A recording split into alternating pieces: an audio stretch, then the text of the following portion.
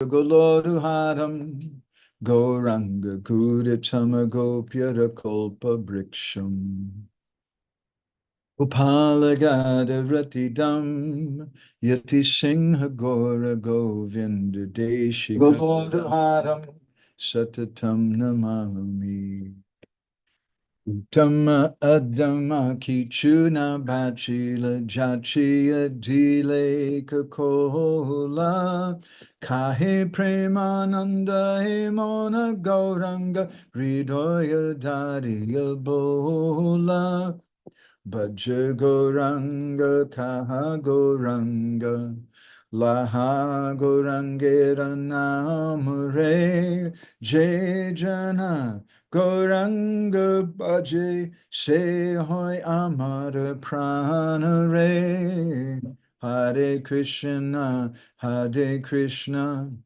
Krishna Krishna Hare Hare Hare Rama Hare Rama Rama Rama Hare Hare Yashaiva Padambuja Bhakti Labhya Prema-bhakti-candrika Padama Pumarta Tasmai Jagan Mangala Mangalaya Chaitanya Chandraya Namo Namaste Chaitanya Chandraya Namo Namaste Chaitanya Chandraya Namo Namaste Madgavirapi Gopala Sri Kriyat Kripaya Jari Tadaiva Sambhaya Pitva Rishayus Tat Priya Janaha Shri Krishna Krishna Chaitanya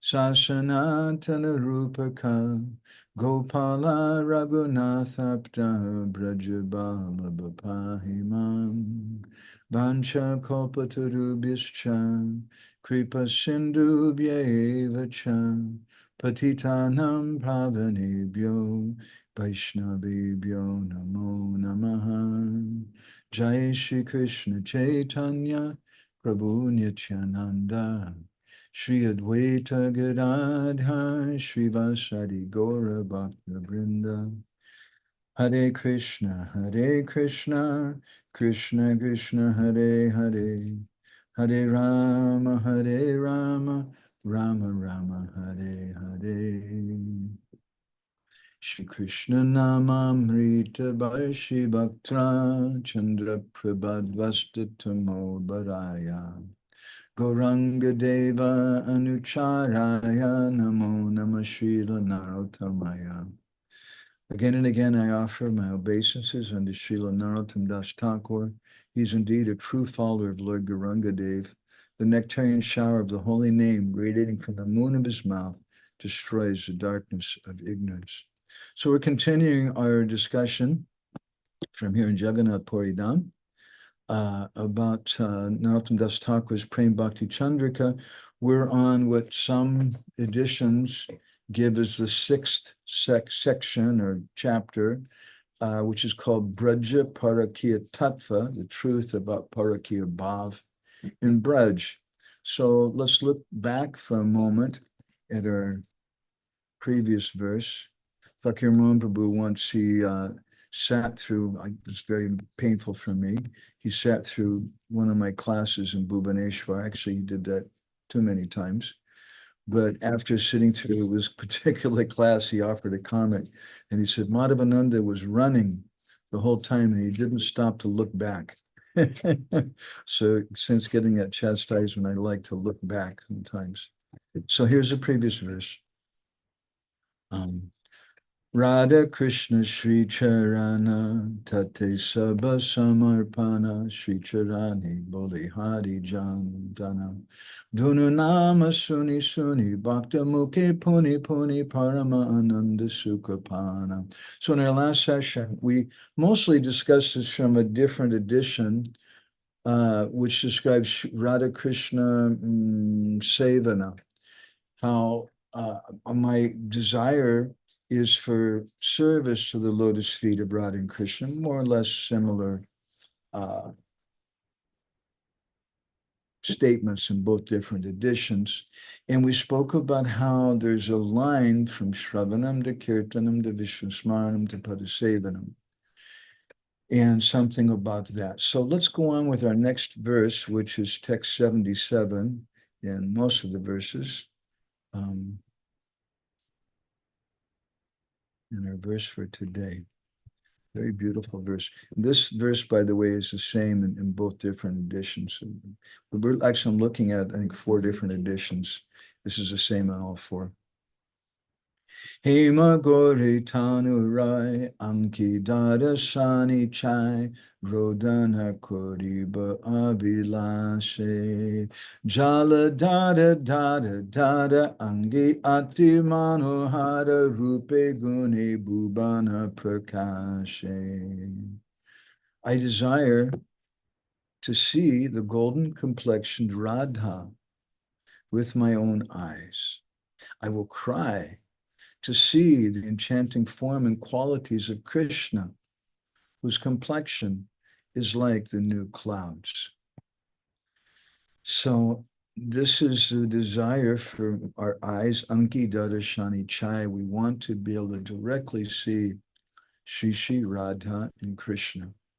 This is the perfection of seeing. Just recently, I was having some discussion. Someone sent me, I get too many requests like this. I don't want to advertise this, but a friend of ours from Hungary sent me a shloka in Devanagari and told me he couldn't find where it was from and asked me if I could find it. And I did find it. He actually quoted the last 2 lines of it. There's 4 lines. And I want to share those with you because it just came today and it's very appropriate for this discussion. This is from the invocation to his commentary on Bhagavad Gita by Madhusudan Saraswati, who's one of the leading commentators both on the Gita and on Bhakti Rasamrita Sindhu. Vamsi Vibhushita Karan Nava Niradavat Pitambarada Aruna Bimba Phala Daroshtatat Purnendu Sundara Mukad Aravinda Netrat Krishnat Param Kim Api Tattvam Aham Najane. I know of no higher tattva than Sri Krishna. And what is the tattva that he's going to describe about Krishna? How kind Krishna is, how Krishna creates everything, this is the highest true tattva. His hands are decorated with a flute. His complexion is like that of new clouds. He's dressed in a yellow silk cloth. His lips are reddish like the bimba fruit. His face is as beautiful as a full moon, and his eyes resemble lotus flowers. So this is the goal of Gaudiya Vaishnavas.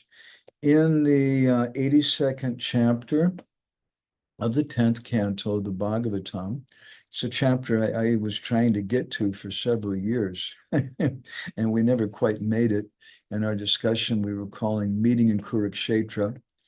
So although that those talks have not been going on for some time, we're going to look ahead to something which hasn't been happening. I want to take that up again, by the way. I was looking through a commentary, which most persons are not so familiar with, by Mahamnam Brata Brahmachari on this section of the Bhagavatam. And he pointed out how, I'll put this up on our screen, how there were 3 different categories of persons according to their particular desires who were going to Kurukshetra. And he said there were hundreds and thousands, perhaps millions of pious kings who had a desire of punya labha. They want to get some piety. But the members of the Yadu dynasty, their particular prayer was Krishna no bhaktir astati. They wanted bhakti to Krishna. But what was it that the Brajbasis wanted? And how do we understand that? Shama Sundara Chandabhadanatanyara Eka Falak Darshan. If we can just have one moment's darshan, Ek Falak Darshan of Sham Sundar. Now, when we hear this, perhaps immediately, hopefully, we may question, well, how is it that the Brajbasis are wanting something for their own self. Sometimes we quote this song that I used to hear on the radio when I was growing up. The boys watch the girls as the girls watch the boys as the world goes by. And it describes the activity of sight, of seeing. And in this world, the boys are watching the girls are watching the boys, and the world is going by. This is the whole world summed up in a pop song very quickly. So coming to Krishna consciousness, we may think, oh, what the Yadavas are designed, Krishna no bhakti rasta iti, that we just want devotion to Krishna. This is the best thing. And the Brijbasi's desire is selfish, because they're wanting something for their own sense gratification. Don't think like that. Actually, it's a little bit the opposite. The Yadavas have some fragrance, some small scent of some personal desire. They're thinking of their own devotion. But the Brijbasis, although they're saying if we can just have a moment's darshan of Krishna, and then we may presume that, oh, they're desiring that because they want their own pleasure, their own material pleasure, it's not like that. They understand that Krishna gets so much pleasure when his devotees are looking at him. And therefore, it's described in Chaitanya Charitamrita that there's a kind of competition between the gopis and Krishna. And the gopis, they have so much love for Krishna. And when they see Krishna, then Krishna's beauty increases because of their love. And when Krishna's beauty increases, then the gopis' desire to see him increases. And when their desire to see him increases in their devotion, then Krishna's beauty increases and the gopis' desire. And in this way, the two are in cause and effect. So their desire to see Krishna is for his pleasure. There's no tinge of selfish desire in their hearts. So Narottam Das Thakur is speaking to us today about, I just read your comment, the Purushottam Prabhu. He's speaking to us about the desire to see. George Harrison sang that in that song, My Sweet Lord. I really want to see you, Lord. My sweet Lord. So Fakir Mohan Prabhu, many years ago, in a series of classes, he spoke to us about 3 different divisions of seeing. And we could go on and we could talk about how Uddhava sees, or how the gopis see, and how Chandravali sees differently from Bhadra, or Bhadra sees differently from Radharani. And that's I think it would probably be very entertaining for us. But my question is it appropriate for us?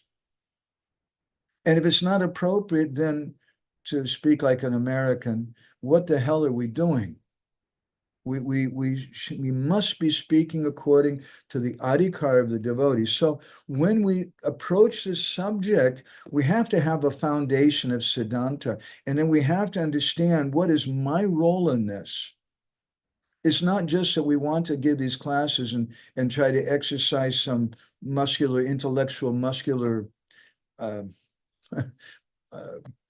intellectual strength and show off how we know what Narottam Das Thakur said here. We memorize this Rasik verse or that. What is the value of that if we can't hear it, if it's not appropriate for us? What is the value of going to the hospital and you're dying and the doctor says, oh, they're giving you this medicine, but actually this other medicine is more expensive, and this is a really high-class medicine, but it's not the right medicine for me. What's the value of that? So the first and most important thing when we have a sangha is to understand who we're speaking to, and not just to go off and, trying to think how to put it in a nice way, try to enjoy for myself some subtle sense gratification by flexing my intellectual muscles. So let's look into these 3 different divisions of seeing that Fakir Mohan Prabhu spoke about. Drishyaman, Shabda, and Prakrit. Drishyaman means something commonplace. People go to Vrindavan and they see, oh my God, it smells bad here. Srila Bhaktisiddhanta Saraswati Thakur was once on a morning walk. Actually, let me back up a little bit. I told this story once. Let me tell a story inside of a story. Once I was with one of my godbrothers and an old friend, and he's, at that time especially, he was quite overweight. He's quite had a big body. And there was one brahmachari there we were speaking to, an old friend also, and he started saying some kind of little harsh thing to my friend about looking for some good prasadam, are you, or this or that. And it hurt my heart. It was very harsh. It was very insensitive. It was very cruel. And then I said, I heard a story. And I told him my story. We're here in Mayapur. That thing happened in Mayapur. I said, we're here in Mayapur. Once, Srila Bhaktisiddhanta went for a morning walk in Mayapur with some of his disciples. And as they were walking on the road, they went past a dead dog in the ditch. And the dead dog had been there for like 3 or 4 days, 5 days, and it was quite ripe. And you could smell it from a long distance. And so the devotees, as they were going, they were covering their faces, bad smell. And Srila Bhaktisiddhanta stopped and he turned to the devotees. This is when I'm relating to this brahmachari who had just spoken to this way to my friend. I said, Srila Bhaktisiddhanta stopped and turned to the devotees and said, we're here in the Dham. What are you seeing? Are you seeing a Chaitanya Mahaprabhu and Nityananda Prabhu are dancing with a Panchatattva and doing kirtan? Are you seeing that? Or are you just experiencing a bad smell? And our brahmachari friend became quiet. So Drishyaman Darshan is when they see the holy Dham or the deity in a mundane way. They see, what's this deity made out of? Is he made out of brass, or is he made out of marble? Is it Jaipur marble? Where does it come? So with that type of vision, they're thinking themselves to be the drashta, the seer. But there's a problem that Pashyanapi na Pashyati, the Bhagavatam describes. They're seeing, but they're not seeing. So better than Drishyaman Darshan, which is a common external vision of this world. And this vision is not just, this is Darshan. Darshan doesn't just mean physical sight, but Darshan means philosophy. So this Drishyaman is a type of darshan. And some people have an external darshan. And they see, somebody was writing some things on Facebook today. Great place to go if you're bored and wanting to get in a big argument. And they were saying all these bad things about ISKCON. And I said, ISKCON is many different things to many different people.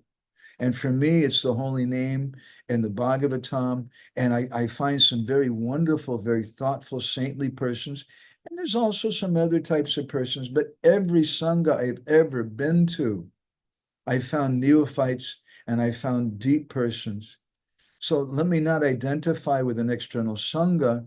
Let me identify deeply with particular individuals. So when we only have that external vision of that Sangha, or what Americans are like, or what Russians are like, or Ukrainians, or Polish people, or whatever, that's called Drishyaman Darshan, an external vision. So we're being trained to have Shabda Darshan. The sound, it should take Shikapata, and we'll go back to this verse, I think, a little later, Bhagavatam 3:9-11. It's the path of seeing through the ears. Shutekshitapata. The Gurudev has that vision. For us, it's only theoretical. It's not realized, but we're repeating what we've heard. My Guru Maharaj said the function of Guru is to speak. He speaks Krishna Katha, he speaks Shabda Brahma. He was kind of bending that definition a little bit for those of you who know some technical definitions. He was bending a little bit for practicality. Shabda Brahma. And the function of the disciple is to hear. And then after the disciple hears, the disciple speaks. But that kirtan of the disciple, he said, is another name for Shravan. It's another name for hearing. So we may not be on that platform, but we're practicing that thing. And then finally, the third division of seeing is called aprakrit, which is divine vision. When we see the Swarup of Gurudev, the Swarup of sadhus, we directly see Krishna's pastimes in the holy Dham. So this is what Narottam Das Thakur is encouraging us that we want to have. My Guru Maharaj, in a number of lectures, actually, I remember him speaking about this. This is a little bit of a transcript from 1991. I wasn't present this one. This was in the Manor in England. He was saying that without Krishna's help, no one can understand him. For example, without the help of sunshine, no one can see the sun. We challenge scientists. Can any scientist show us the sun through a telescope or through anything else? No, he can't. Unless the help of the sunshine is there, he can't do it at night. So similarly, without the help of Krishna, we can't see, we can't understand. So we speak about these two principles here. We want to see the sun globe, but to see the sun globe, it's necessary for the energy of the sun globe, the sun rays, to aid us. So what is the sun rays in this regard? That is Krishna's devotees. They're Krishna's energy. Therefore, they're described as Krishna Kripa Srimurti. But so many devotees, they have so many sentimental ideas about seeing the Lord, seeing the deity. Let's look a little bit to this. This is from an article we printed a few years ago in our Bindu magazine from Srila Prabhupada. It's a conversation that Prabhupada had here in Bhubaneswar in Puri, but not far away from us, on the 28th of January, 1977. And the devotees were speaking to Srila Prabhupada about these far out things, these devotees that they saw they were speaking about UFOs, and there was a spaceship, and they saw this thing and that thing. And here was Srila Prabhupada's response. The first thing is whether this man who's had that vision is attached to women. If he is, then everything bona fide is finished. As soon as one is attached to women, or conversely, men on the part of the woman, either legal or illegal, all of his qualification is finished. And I took little bites from this conversation. So a little bit later, Prabhupada again says, no one else has seen, only they saw. The other devotees, they could not see. He's so advanced, only he could see. This is bogus. You should never encourage this. This is bogus. That's all. If someone comes, everyone will see. And if only I see, nobody else can see, it's bogus. Don't encourage these bogus things. He's so advanced. Only his eyes are fit to see and no one else. That's bogus. Others also have eyes, but he's got transcendental eyes. But not only he, there are many such persons. They'll simply repeat that same thing. Many devotees are life members, big, big men. They come and tell me, Swamiji, I've experienced like this. Some man came to me, some boy came to me. It means the real purpose is to prove that they are already connected with a higher planetary system. I've got many experiences where they say like that. There's a conversation I saw some time back with Srila Prabhupada. In South India, we went to someone's home, and they were some educated, high-class life members, and they were begging him, Swamiji, please speak to us about Ras Leela. And Prabhupada said, that is a very high subject. I don't think you're qualified. They said, I don't think you're qualified. He said, no, Swamiji, we're very, very eager to hear. And Prabhupada said, no, I don't. And no, Swamiji, please, we insist you. And Prabhupada finally said, you may be qualified to hear, but I'm not qualified to speak. Wow. That was really, really a powerful punch for me. So then this devotee says, yes, I've recently met some life members who were saying things like this.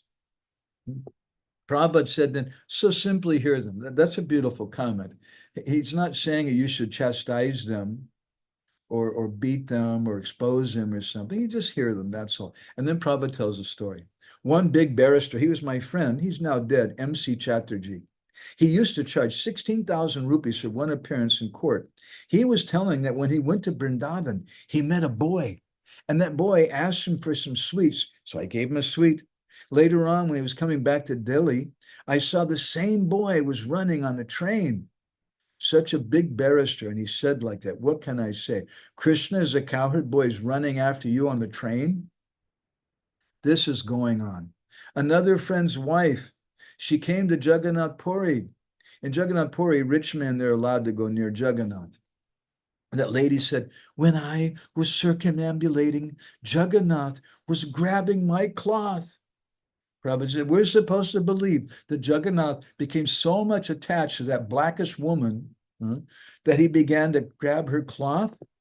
So many stories I know. What can be said to her? Why didn't you remain with Jagannath? Why did you come back? This is going on. I've got experience of many such stories. These are very poisonous things. I was never fortunate enough to experience such incidences. I'm simply trying to carry out the order of my Guru Maharaj. That's all. Yet we also hear about Srila Prabhupada. Prabhupada goes on, excuse me. These sahajas will come out from so many devotees. What can be done?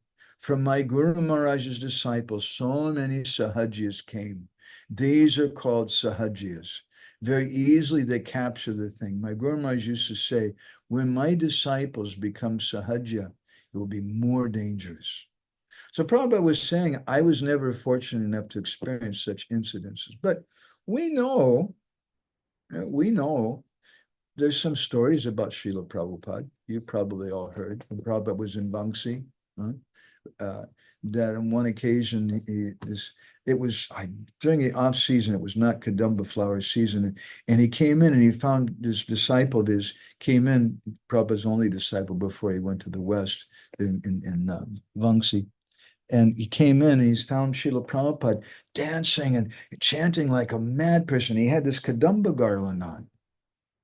And the fragrance was just heavenly. It was permeating the whole room. And I don't remember all the details, but later, Srila Prabhupada very humbly, quietly said that Krishna had given him that garland. He had darshan of Krishna. Those things go on, but the symptom of someone who's actually seen such a thing, they don't speak about it. In Hari Bhakti Vilas, Srila Sanatana Goswami stresses this, that if someone has a wondrous dream or vision, don't speak about it with others. We made a whole issue of our Bindu magazine. If anybody wants to refresh, just remind me. I'll drop it in our chats, called Hide Your Bhajan, on the same subject. Very, very important subject. I don't want to go in that direction right now.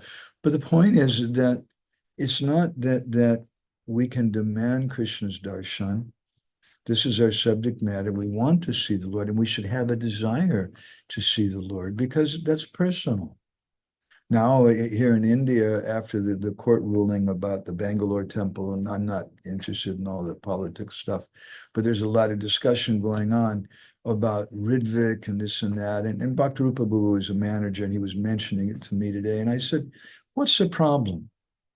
And I said, just like if you're in some small country village and you're driving down the street and you go past a Christian church and all of a sudden you can hear, it's a Sunday, you can hear them chanting Hare Krishna in the church. Oh my God. You stop your car, you get out, you go inside the church, you find it's packed with people. They're all doing kirtan and ecstatically crying. And on the walls is pictures of Krishna and Prabhupada, and they're reading from Prabhupada's books. I said, how would you feel? Wow, pretty ecstatic. We'd feel so happy. But then what if they told you, we love Prabhupada, we love Krishna, we love the holy name, but we don't have any faith in ISKCON, the management. We don't have any faith in the gurus. So if you're angry at that time, there's something wrong. We should be happy. They're chanting the holy names. They're devotees. It's wonderful. And the same thing with the Ridviks. We don't like Vaishnava Parad in our society. We have to have some Siddhanta. We may have to pass some ruling about this or that, but we should love those persons. And we should understand that the real thing is qualification. It's not just affiliation or membership. So once there was a king who was very pious, devotional. He used to worship Krishna. He had so much love and devotion. And one day Krishna was so pleased with him, he gave him darshan. And he said, my dear king, I'm so pleased with your bhakti. What can I do for you? And the king, who loved his people, he was a good king. He said, Krishna, by your mercy, I've gotten everything. Everything is just fine in my kingdom, but I have one desire. Just as you've given me darshan, please give darshan to everyone in the kingdom. And Krishna said, oh, that's a nice idea, but it's not possible.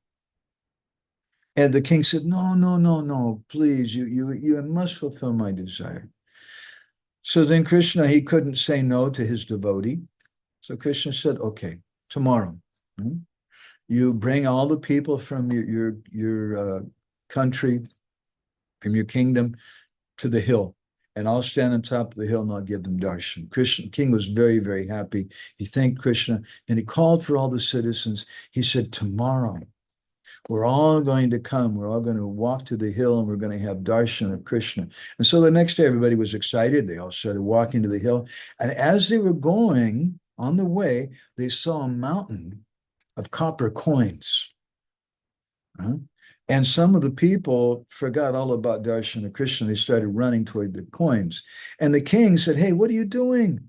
Who cares about these coins? The people, no, no, Maharaj, you don't know. You have so much wealth. I've been poor my whole life. Let me get this thing. And so they stayed behind.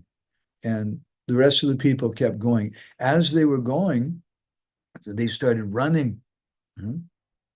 And they were thinking, some of the people, they went to that mountain of coins and they're thinking, we can still have darshan of Krishna maybe tomorrow, but today, this coins, they're this very special thing. So they kept going, and then the group saw another mountain made out of silver coins.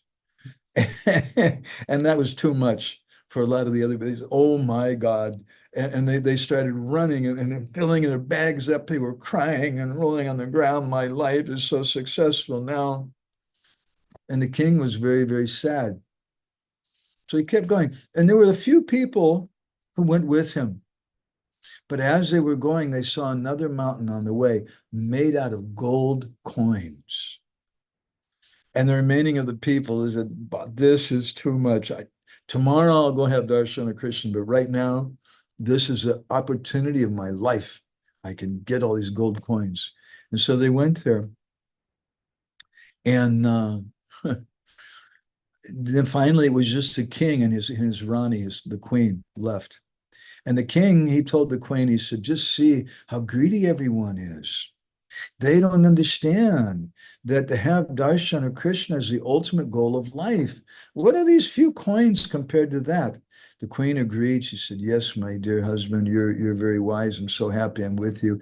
And so they were walking together. And then they saw a fourth mountain. And that mountain was made out of diamonds. And when the Rani saw that, oh my God, I could wear so many of these. And so she ran and started putting these diamonds in her purse. And the king then felt so bad that he was walking by himself. And he finally went to the mountain where Krishna was. Krishna was waiting for him. And Krishna said, so, where are your people? I'm here. I'm ready to give them darshan. So, avajananti mam mudha manusam jatana mahasritam. Krishna says in the Gita, Naham prakasha sarvasya yoga maya samavrita. I'm covered over by my yoga maya. Mudayam nabijanati loko yatmam ajamavyam. That common people who are foolish because they desire sense gratification. Kamaistaista hrityajnanaha, Krishna says also in Gita, that those persons whose intelligence is stolen by lust, they can't see me. In the 10th canto, 58th chapter, there's a discussion about Krishna's visit to Indraprastha and how he met the Pandavas there. And when he came before the Pandavas, Yudhishthira Maharaj offered some prayers to Krishna. Kim na acharitam shreyo. He said, we're so fortunate. We're just fools. But somehow we're having your darshan. Sanatana Goswami, in his commentary, in his Brihad Vaishnav Toshani, he comments on that. Let's look at his commentary. It's very beautiful. He says there, Bhakti Yogeshwar Ranamapi Dukanaiva Drishyaha Achira Praptya Mahadhainyot Patyaiva Drishtvatvat. He describes about how Krishna is seen by the best of devotees only when they suffer, and how Krishna becomes visible only after a long time and after great suffering. Sometimes, even as devotees, we think, it's not fair. I've been doing so many austerities. I've been living in the temple. I haven't missed a Mangal Arti, and I've been living here for 6 months. And still the deity's not speaking to me. I haven't seen Krishna. Oh, this doesn't work. It doesn't work. We think like that. And therefore, Rupa Goswami, in his Upadesh Amrita, his essence, Amrit means nectar, but Amrit also means the essence of something. It also means something which gives us life. Right? So this is the Upadesh instructions, which are very confidential, which are the essence of everything, which gives us life. He says, Utsaha Nishchaya Dharyat, that we should be very enthusiastic, very confident, and very patient in our devotional activities.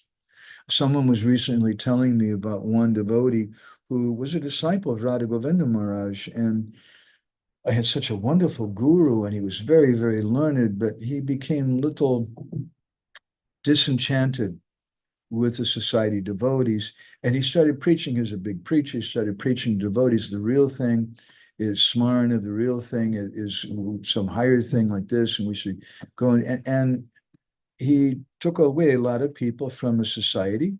That's okay. Who's really a member anyway? We don't own people. But the person who's telling me the story commented that some years later, all those persons were gone, and all that happened was they just went back to material life. Because that preacher was telling him all this, well, you come with me and I'm going to give you something really quick. You've been practicing this thing for 5, 10, 15 years in ISKCON, and what are you getting? But come with me. This is a fast track program. But then they found that it wasn't so fast track and it didn't really work. And, and then they just lost faith completely. And they gave up the process of bhakti altogether. So utsaha nishchaya dharyat. We have to have this enthusiasm, this confidence, and this patience. It's a very, very important thing. So we spoke about the Shabda-darshan. And Bhagavatam 3.9.11 describes yad yaddiya yad uragaya vibhavayanti tatad vapupranayase to satanugrahaya, that Krishna is so kind that he manifests in the particular form in which the devotees are always thinking of him. In the story that we just told, some people are thinking of God. As I heard a story, someone said Srila Bhaktisiddhanta once commented that there's 2 absolute truths, not one. We say that Krishna's Advaya Tattva, he's one. But he said actually there's 2 duality. He said Krishna, the Supreme Personality of Godhead, and cash on hand. Cash on hand is the absolute principle in this world. Now, I don't know if he actually said that or not. I haven't come across that statement, but it resonates with me. And that's what we saw in the story with the king and his subjects. They're seeing God in some coins or in some diamonds, and this is what's really in my heart. So we can't just cheat Krishna. We see Shutekshita Pata. We should begin our seeing through hearing, by hearing from Gurudev. I heard a story some time back that there was one young boy who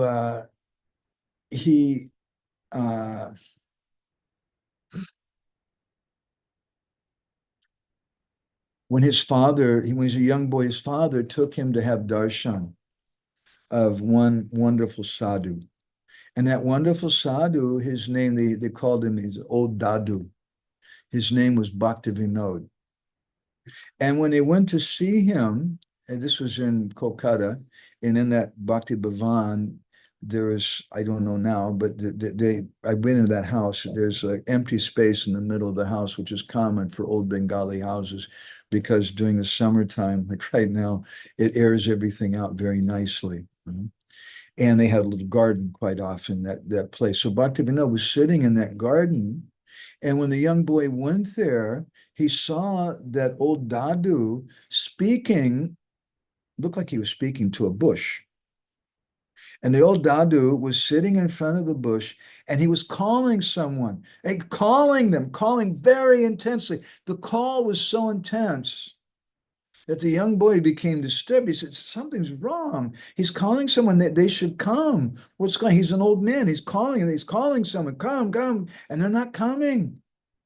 So that old Dadu was Bhaktivinoda Thakur, and his call was his japa. I like this story. That's our call. And we see through that, Sutekshita Pata, we see through the ears. Again, we wrote an article a few years ago called From the Lips. And we discussed about 4 different divisions of hearing. Let's look at those. This is from some commentaries in the Bhagavatam and also from the commentaries in the Upanishads. Vaikari, Madhyama, Pashyanti, and Pran. Vaikari means where the speaker is repeating something you heard from Guru, but it's called Nasika Vayu. It's just air coming from the speaker's nose. He hasn't realized it. He's repeating it. Just like we can train a parrot to chant Hare Krishna. Prabhupada oftentimes would say, you can train a parrot to chant Hare Krishna, but when you go to strangle the parrot doesn't chant Hare Krishna. It just says, ah, like this. Huh? So Madhyama is when the sound enters the heart. And that's the intellectual theoretical stage when the disciple begins to deeply contemplate the instructions of Guru. Then Pashanti comes. And Pashanti, the stage of Pashanti is when Nama and Nami become one, sound becomes realized. That's the stage which is realized on the mental phase. And then Prana is the stage of sound vibration where one directly enters into the Leela. So although we have Shravanam, Kirtanam, Vishnu Smaranam, we have Smarana. Smarana is something very important. Our Smarana is non-different from our Kirtan. We hear Krishna Katha from Gurudev. And by hearing that Krishna Katha, that Krishna Leela, that Tattva Gyan, then it permeates us. In the beginning, it's Vaikari, it's just some theoretical thing, but we're repeating it. And then when we start to contemplate it, we come to the Madhyama platform, and it enters into the heart. And then we can begin, wow, I can really understand the mood of Gurudev. And then comes the platform of Pashanti, where we're seeing Nama and Nami become one, and then eventually the platform of Pran. So this is our program. In his Bhajan Rahasya, Bhaktivinoda Thakur speaks about Samutkanta, and he defines Samutkanta as intense longing to attain one's desired object. So this is what Narottam Das Thakur is speaking about today. He has this intense longing to have darshan of Radha and Krishna. And Bhaktivinoda Thakur, he gives an example of what is Samutkanta. That's from the prayer of Vritasura in the 11th chapter of the 6th canto. He has, I think there's, I don't remember now, 5 or 6 verses. One year in Ukraine, with the swamis and the speakers, they had us speaking each one of these different verses. This is such a nice verse. So Bhaktivinoda Thakur quotes this verse, and he says, this is Samutkanta. This is our mood in our chanting. Ajata paksha eva mataram kaga stanyam yata vatsatara sudartaha priyam priyeva vyushitam vishana manorindaksha didikshite tvam. He said, my dear Lord, Arvindaksha, my lotus-like Lord. Just as ajata paksha, ajata means jata means birth. Ajata means it hasn't come yet. Paksha means the wings. Ajata paksha, just as baby birds who don't have their wings, even mataram kaga, they're very, very eager to see their mother, who's going to bring them something to eat, because that's the only way they're going to live. In the same way, stanyam, the yata vatsa, the vatsa, the calves, kshudartaha, the calves who are tied up with ropes, they're waiting for the time of milking so they can run to their mother and drink their milk. Priyam priyeva vyushitam vishana, or like a wife whose husband's away and the wife is always longing for him to see her husband. In the same way, Manora Vindaksha Didikshate Tvam, I always yearn for the opportunity to see you, to render direct service unto you. So Bhaktivinoda Thakur says that this is Samutkanta, intense desire to see the Lord, intense. And this should be the nature of our bhakti. It should be the nature of our japa. In the Padma Purana, in the Uttarakanda, chapter 50, there's some beautiful verses, let me share with you, about darshan of the Lord and how that comes about. Nadanena samridena, navai vipulayadiyai, kena bhakti yogena samipe drishyate kshanat, toyam bhadva tuvastrena, krita karyam katam bhavet, prapya deha vina bhaktim, kriyate sabrita shamaha. Bahubhyam sagaram tartum yadvan muko bivanshati samsara sagaram tadvad Vishnu bhaktim vina narahan. Nadanena samridena navai vipuliyate diyayat. So who does the Lord give darshan to? Nadanena, not just someone who has a lot of money, not just someone who's born in a high-class aristocratic family, not just someone who has so much knowledge, but he gives his darshan to someone who is engaged in bhakti. And he said, just as a person is unable to bind water with a cloth, if after attaining this rare human form of life, we don't engage in bhakti, prapyadeha bina bhaktim, although prapyadeha, we've gotten this body, vina bhaktim, we're not practicing bhakti, kriyate sabrita shama, then it's just a waste, a complete waste of life. So in the same way, a foolish person tries to cross the ocean by swimming, but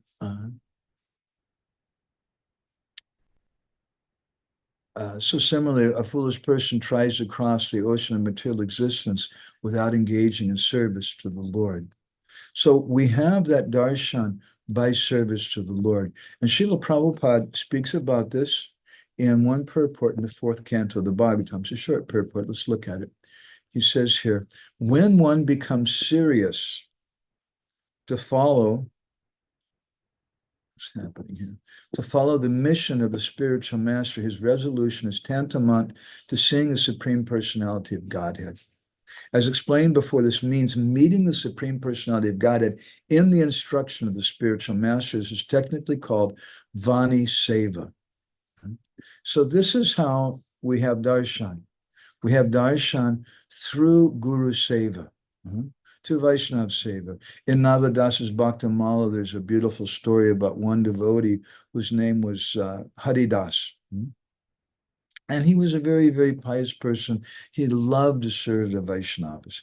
And on one occasion, he had to go out to do some work. And while he was gone, some Vaishnavas came to his house. And so his wife greeted them and took good care of them. They finally left. And then when Haridas returned home and he saw the leaf plates and things outside, he asked his wife what's going on. She said, oh, a group of Vaishnavas came. And Haridas went practically mad. He went running after them to have their darshan. Krishna, seeing the intense eagerness that Haridas had to see the devotees and his love for the devotees, Krishna appeared before him as a devotee and said, "Hey, where are you running to? You're running, so you're going to hurt yourself." And he said, Haridas said, I'm looking for the devotees who came to my house while I was gone. And the Lord, he's dressed as a devotee. Krishna said, "You just have my darshan. You'll automatically get the benefit of seeing the devotees." And Haridas said, "Oh, I don't know. You're a sadhu, I see, but can you glorify the Lord like the devotees do? Can you honor prasadam like them?" Krishna said, "Yes." And then Krishna started doing kirtan. And in such an amazing way, it was like thousands of devotees were doing kirtan. And then Haridas took him out. "Well, you have to come to my home." And he gave him so much prasadam. And that sadhu, it was the Lord, ate everything, ate enough for the 30, 40 people. And then Haridas could understand, this is my Lord. And then Krishna gave him his darshan. He said, "You've pleased me because of your faith in the devotees." So this is darshan. We speak a lot. Recently, my friend, godbrother, Ishwar Prabhu, he asked me to write some appreciation for his book he's about to publish. He's a book publisher. They've translated Tulsi Das's Ramtrit Manas, which is a wonderful book. And it's been kind of a thorn in my side for many years that devotees in ISKCON don't appreciate that book, and they criticize it on the slim peg of Srila Prabhupada's harsh words in 1969. He wrote in a letter to a brand new devotee who maybe had been chanting for 1 year, and he was reading some Mayavad translation of Ramtrit Manas, and Prabhupada said, "What are you doing reading that? This is Mayavad."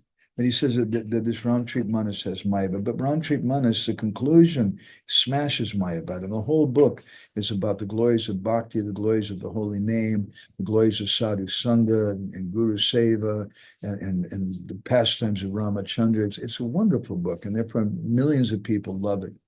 Anyway, Tulsi Das is considered to be an incarnation of Valmiki Muni. And we were just speaking from Sanatana Goswami's commentary about how we have to be willing to suffer, maybe for many, many years, maybe for many, many lifetimes, before we can see the Lord. But we have to have a very, very intense desire. So Tulsi Das was living in a forest for 12 years, meditating on Lord Ramachandra, and all that he would eat, because he didn't want to hurt any living entities, he didn't want to hurt the plants. He would only eat the leaves that fell down from the trees in a natural way. So one day he went to the forest, he was taking his bath, and a demon appeared before him. This is a real mystical kind of demon. And told Tulsi Das, "I'm very pleased with you. You're a genuine sadhu. What you ask me for some wish, I'll grant you whatever you like." And Tulsi Das told me, "I don't want anything. All that I want is to see my beloved Ramachandra."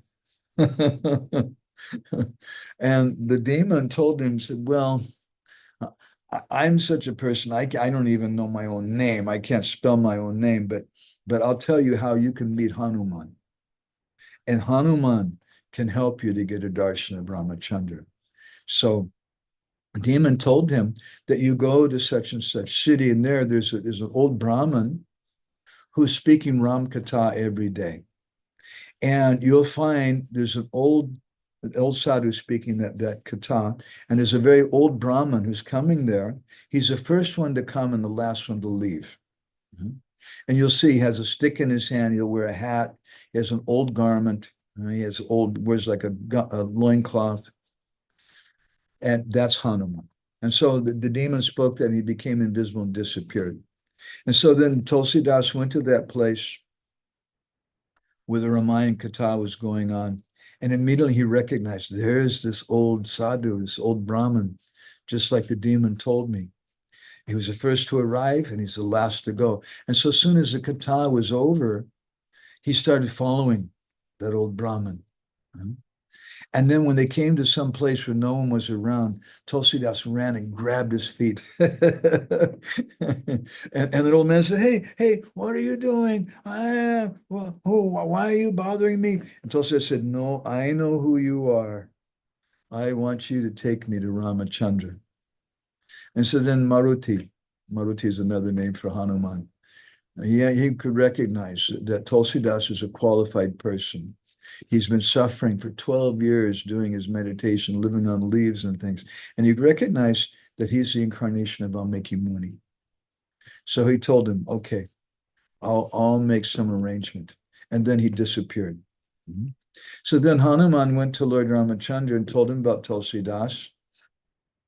And you have to appear before him. So Ramachandra promised, yes, I'll do that. So then he called for the monkeys and they had a procession. And they went past Tulsidas's kutir where he was doing his Nam Bhajan.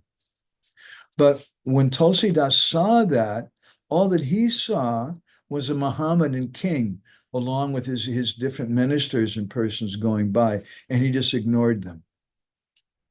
And then later, Hanuman came to Tulsidas and said, so, did you have a good darshan of Ramachandra? And Tulsidas said, no, I haven't seen him yet. And Hanuman said, no, he came. Oh, you just saw him as some Muslim king. Oh, and Tulsidas bang, he said, oh my God, I didn't recognize Lord Ramachandra. So he asked Hanuman, you please help me again. So then Hanuman said, I'll help you. So he went back to Lord Ramachandra. And again, he repealed, and you please give darshan in the visible form to Tulsidas. And then Ram told Hanuman that in Kali Yuga, I don't do that. But Hanuman told him, no, this Tulsidas, he's actually Valmiki Muni. He's just come here to fulfill your desire. He wants to serve you. So you have to oblige him. So then Ramachandra agreed. And then in a form visible, along with Sita and Lakshman, he went to Tulsidas. And then Tulsidas offered prayers and offered obeisances to him. And Lord Ramachandra put his hands on Tulsidas's head and blessed him. You'll be able to write Harikatha. And by that blessing, Tulsidas was able to do so. You know, recently I've got too many projects. I'm kind of maybe I have too much of an artistic side or something. But one project we came across this book recently. Let's see, is it on my desk? I like to show things. Maybe this is it here. Yeah, no. Where did it go? Right here. Yeah. We came across this book recently. And I thought, wow, this is such a cool book. Vaishnava Women of India. I love hearing stories about devotees, and especially I like hearing stories about devotees that people don't hear much about, and the ladies are always kind of in the background. And then I just glanced through the book and I could see the references. Here's the references after one section. They nice pucker references and things. Wow, this looks really good. So then I wrote a little something about it on Facebook. I said, I haven't started reading it yet. Then I started reading it. And the English is horrific. And not only that, but I realized I know a lot of stories that they don't know, that he didn't put in this book. And so then for the last few days, I had been working on starting I wonder if I can show it to you, starting a series of talks about what we were going to call it. I have a nice title for it. Let's look it up here. I can show you. There it is. Histories of Vaishnava Women. Yeah. So let's see if histories of great Vaishnavis, we called it. Yeah. So let's see if I can show you the cover. I like this cover. It's a good cover. There it is. Can you see that okay? Histories of great Vaishnavis. So we started working on this, and I've been meditating about different stories, different great lady devotees. Could everybody see the picture, the cover? Yes? Okay, good. And maybe I shared this actually recently, I think in our WhatsApp group too. So you've already seen it. But then I was reading recently that there's a book by an author that I had the good fortune to meet some years ago. His name's Shamdas. And this is about the Vallabha Sampradaya. And there's a really nice story. It's a little bit long, but I'd like to share this with you. I've never told this story. I only read it once. I kind of read it quickly, so I'm going to kind of look over the book while I'm talking. There was an old woman from Gujarat, and she'd been a devotee for her whole life, and she was a disciple of in the line of in that particular line. And on one occasion, some Vaishnavas came to her heart. Now she was such a good devotee that she was doing seva all day long for her Thakurji. And in the evening, she would read the Bhagavatam or different things like that. And any Vaishnavas would come, she would serve them. And so one day, a group of Vaishnavas came, and they were going from Braj to Gujarat to visit their guru. And actually, they had the same guru that she had. And amongst them was the leading devotee was a renunciate. Now in the Vallabha Sampradaya, they don't have sannyas. Everybody's pretty much as grihastas, but sometimes they do have some renunciates, and they give respect to them. It's not like we have in our ISKCON line or Gaudiya line so much though. So this one renunciate, he had a deity. It was a brass deity of Ladu Gopal, and he was golden colored, and he was crawling, and he had a sweet ball in his hand. And so they arrived late, and it was a rainy day, a winter day, and they're setting up. And that renunciate was looking around, how am I going to cook for my deity today? Everyone else is cooking and doing their Krishna-seva, but I don't have in their tent in their house, but I have no tent. And so maybe Krishna inspired him. I'll go into town and see if I can find some nice devotee who could cook something for my deity, my Bala Gopal Krishna. And so he went into town, he met a devotee, and he asked him, is there any nice persons here who does seva to the deities? And he said, oh, there's this old lady, and we don't even know her name. So don't ask me her name. The whole story, long story, it's like I think 13 pages, doesn't tell her name. I'm going to try to summarize the story in just a few minutes. You should go to her. She takes care of her deity all day long, and she loves serving guests and things. So that renunciate went to the old lady's house. And she greeted him, where are you coming from? Please come in, sit down. And he said, well, I'm with a group of devotees from Gujarat. We're on our way to Braj to see Gurudev. And I have this deity, and I haven't been able to do seva to him. And I wonder if you could help. And she said, bring your deity. Huh? I just finished cooking. I'll offer my lunch to my Krishna and also to your baby Krishna. If you have anything to do, you can go and do it. And you come back in an hour or so.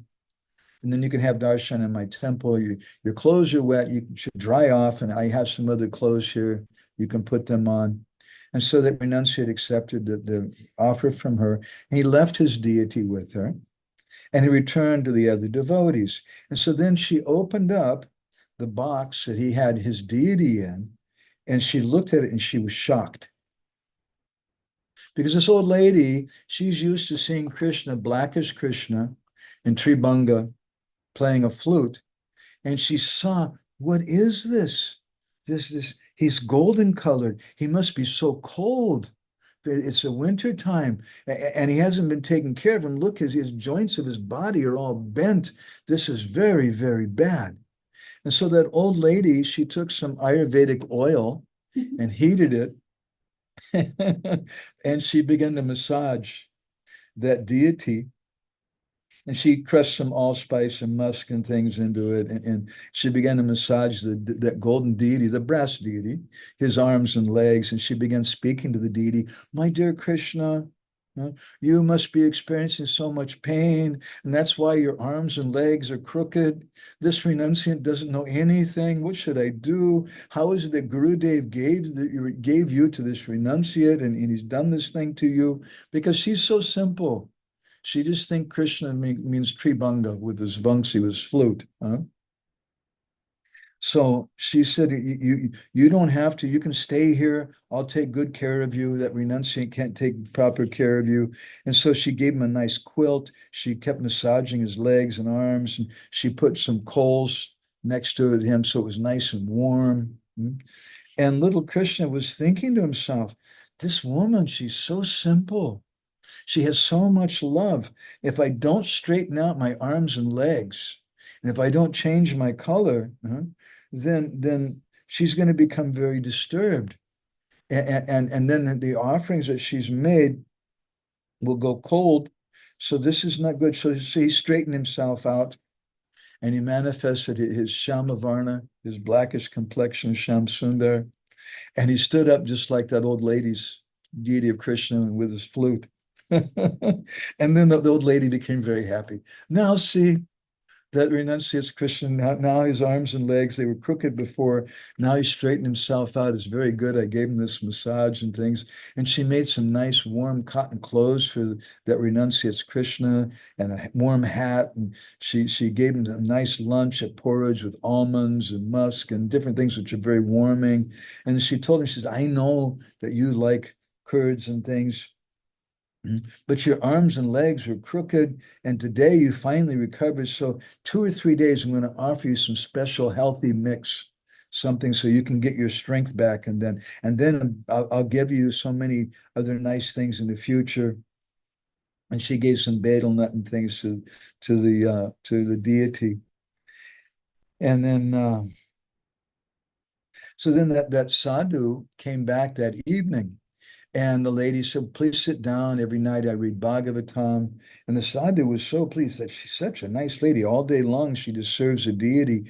And at night, she's just reading the Bhagavatam and speaking Hari Katha. So he said, so my dear lady, I want to go on tomorrow morning. We're going to leave. And she said, no, you should stay for at least another week or 10 days.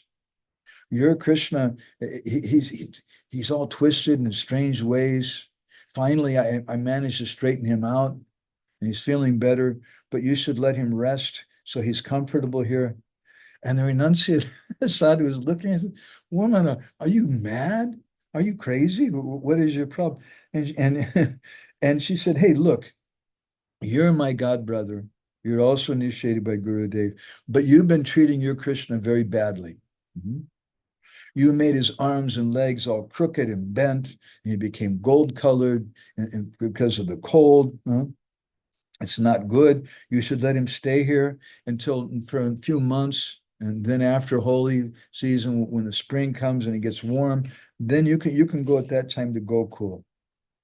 And that sadhu said, woman, what are you mad? You're crooked. You're silly.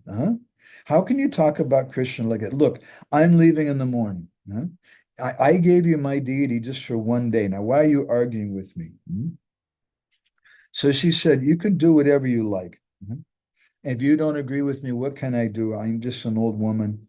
But I'm telling you, it's very cold, and your Krishna's, his arms and legs are going to become crooked again. And then who's going to cure him? Here at least I have some nice oil and herbs for him, and I put a coal stove next to him, and I'm giving him some hot food, which is very nourishing, and a nice blanket at night and things. So how are you going to travel him in the wintertime? It's not good. And the renunciate said, woman, are you crazy? Krishna removes the pain of the whole world. How can he feel any pain? You should just believe in Krishna. Krishna doesn't need any offerings. He doesn't need anything. He's Atmaram, he's Aptakam, he's satisfied with anything. And that old woman, she said, you talk a lot, but really you don't have a good brain. You don't know. That's why your Krishna's arms and legs became crooked. So he blessed me by coming to my house, and I did whatever I could for him. So he's your Krishna. Now you can do what you want. You rest, I'll give him to you in the morning. So that renunciant went to bed, but that whole night he couldn't sleep. And he's thinking, that old lady, she's really attached to my Krishna. So when the morning comes, when that morning comes, so I can take him away. And the old lady, she couldn't sleep either. And she was thinking, how is it Gurudev gave this renunciate, this Krishna? Can't he see that he's cold now and his arms and legs are going to become crooked again? This renunciate doesn't have anything. He doesn't believe what I'm saying. Gurudev's not going to be happy with this renunciate. So both of them they couldn't hardly sleep. So then just before sunrise, renunciate, he got up and he went to the woman. He said, old lady, you take bath and wake up my Krishna. I'm going to go take my bath and I'm going to give my deity, then I'm going to leave with the other yatris. And so then she woke up his Krishna. She took her bath and woke up his Krishna. She gave him some breakfast while the renunciate was taking his bath. Then she put him back in the traveling box and she put some nice quilts on him and put some nice boga there and things. And she said, my dear Krishna, I tried to take care of you. Well, what can I do? That that renunciate refused. So that she said in a kind of a sarcastic way, that renunciate really takes good care of you, doesn't he? So anyway, I'll give him some things to offer to you. He's a devotee, but probably he's not even going to use what I'm giving. And so her eyes are filled with tears. When the renunciate returned, she told him, she said, look, I've covered your Krishna up with 2 blankets. You keep him safe, offer him some nice clothes and allspice and musk and almonds, things which will give him some warmth. Every day you should give him dry ginger for the whole winter season. Make sure he doesn't get sick again. What are you going to say to Gurudev? It's very, very bad. And this renunciate said, woman, just stop. Quit with all this crazy talk. Just give me my deity and let me go. I want to go, I want to see my deity. I want to touch his feet. So then the old woman brought him his Krishna, and he looked at the deity and he said, what did you do? Where's my deity? You've replaced him with some other deity. This blackish deity with a flute. This is not my deity. My deity is a brass deity with a ladu in his hand, Bala Gopal in his hands and knees. And the old woman, she said, you've gone crazy. Why are you fighting with me? First, you made your Krishna yellow and crooked hands and legs, and so I massaged him with some oil, and very slowly his dark color returned, and his arms and legs straightened out, and he stood up. You've been harassing him and troubling him by wandering around in the cold, but because you're Gurudev's disciple, I didn't say anything to you. And then she said, woman, you are crazy.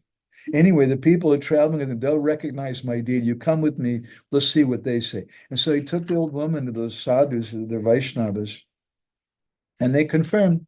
They said the renunciate had a golden colored Bala Gopal Krishna, and what you brought him here, Tribhanga Shamsundar, this is not the same deity.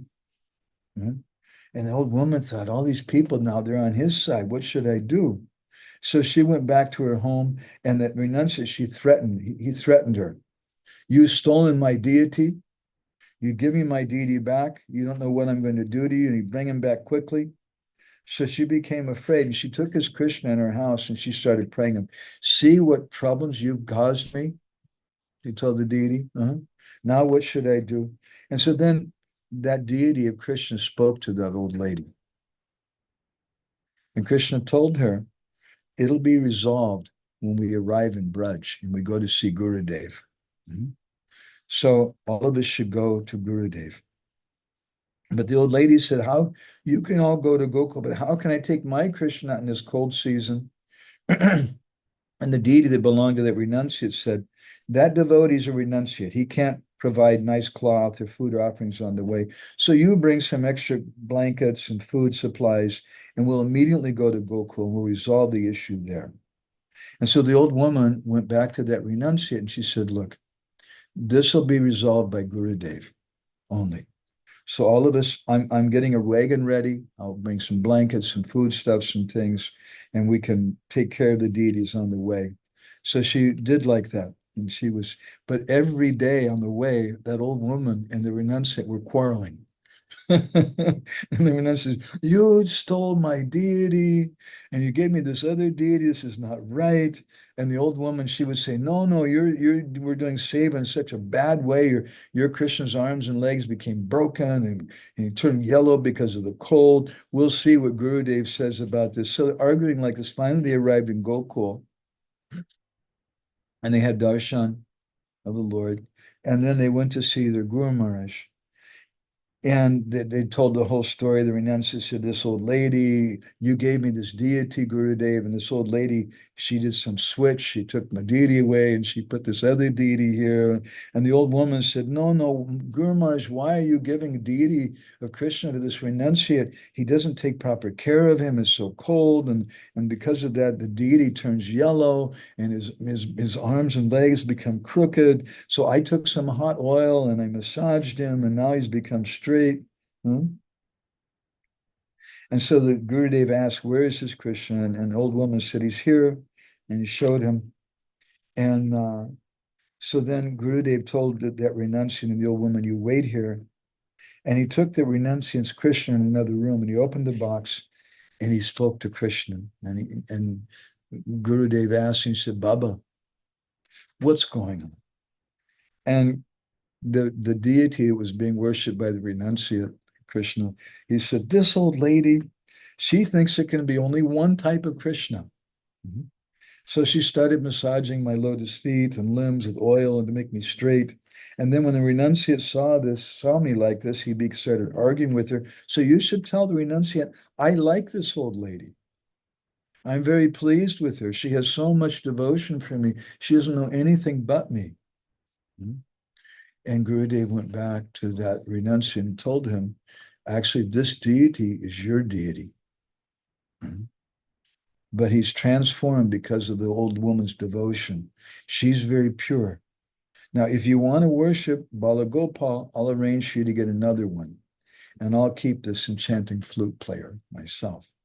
And the renunciate, he said, I've worshiped my deity for so long, and I've never had any divine experience. How is it this old woman? And one day, she brings my Krishna under her control. How is it this is going on? And his Gurudev told him that the path of mercy doesn't follow any specific law. And if someone doesn't have pure love, Krishna won't reveal himself. But it's his love, Krishna's pleased in a moment.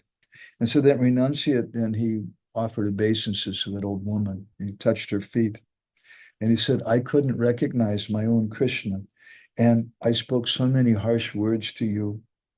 Please forgive me. I've offended you. And the old woman said, no, no, don't speak like that. I've gotten so much mercy from you. If you hadn't quarreled with me, then I wouldn't have had darshan of Gurudev. I wouldn't have come here to Braj. And now I've been able to drink some of the water from the Jamuna and had darshan of Giriraj. So she said, if you want to serve your Krishna deity by yourself, that's fine. But if you like to, you can also stay in my ashram and we can serve our deities together. And so that renunciate did like that, and they started staying together, and they're worshiping their deities together. So Krishna appears, Bhakti Mama Bhajanati Yavanyas Chasmi Tatvataha. Krishna appears when there's love. And no matter how much education, no matter what kind of family background we have, or other types of qualification, money or whatever, it's not enough to see Krishna. So Narottam Das Thakur, in this verse today, he's telling us, let's look at this verse again here. We'll go ahead and stop. I didn't want to go for so long. I'm sorry. I liked this story. I was wanting to tell this story. Hema Gori Tanu Rai Anki Darashani Chai Rodana Kuriba Abhilashe Jaladara Dara Dara Anga Ati Manohara Rupe Guni Bhubana Prakashe. I'll desire to see the golden complexion Radha with my own eyes. I'll cry to see the enchanting form and qualities of Krishna, whose complexion is like the new clouds. I'll just finish with one verse from Bhaktivinoda Thakur's Harinam Chintamani, where he speaks about how we can realize Krishna. He says that Name Prasvatito Hoy, Rupa Guna Karma, that the holy name will blossom. And the holy name blossoms Rup, Gun, and Karma. And the first thing is we'll see the Rup, we'll see the form of Krishna. And then guna will understand the qualities of Krishna. And then karma will understand the pastimes or the Leela of the Lord. So all of this comes, as Srila Prabhupada described in that purport from the fourth canto of the Bhagavatam, that we get Krishna-darshan through guru-seva. Guru-seva is how we can have darshan. This is the path, Shrutekshita Pata, the path of seeing through the ears. And it may be theoretical, our hearing in the beginning, but we just keep hearing and we keep hearing and we keep hearing. And by some period of hearing like that, eventually we come to the platform of manana. The first is abhyasa. Vishwanath in his commentaries on the 12th chapter of the Bhagavad Gita speaks this. I didn't mention this earlier in the session today, but he mentions abhyasa, manana, smarana. And he says, Krishna says, abhyasa yoga yuktena, that we should practice. Abhyasa means practice. But after some time of practice, which also is Vaikari, you were speaking about that, we're just repeating what we've heard in a practice way. But after some time, we become peaceful a little bit. And then madhyama, abhyasa, we come to the platform manana. Manana means we begin to think about why Gurudev told me this. Why do we chant Krishna's name? What is the meaning of the Maha Mantra? And that's the platform known as madhyama, middle platform, the intellectual theoretical stage where the disciple begins to contemplate. He begins to do manana, he begins to think about the instructions of Guru. And then comes pasyanti, where nama and nami become one. So vyasa, manana, and smarana. Smarana means, as one sadhu once said, that smarana means marana. That when you're dead, marana, then smarana comes. When you're dead materially, then this remembrance will naturally come. And that's the platform of pasyanti, where the holy name and Krishna become one, and the sound becomes realized. But still, that's not the topmost platform. The topmost platform is prana, where we enter directly into Leela. So this is this verse today from Srila Narottam Das Thakur, from Prema-bhakti-candrika, speaking about the importance of having a desire to see the Lord. We should have this desire very, very firmly in our heart. So I'm going to go ahead and stop there. There's a few. Nikunja Biharani made some comments. Let me read Leela Purushottam Prabhu's comment first. He said, we'll be able to cherish that hope. We still cherish the hope.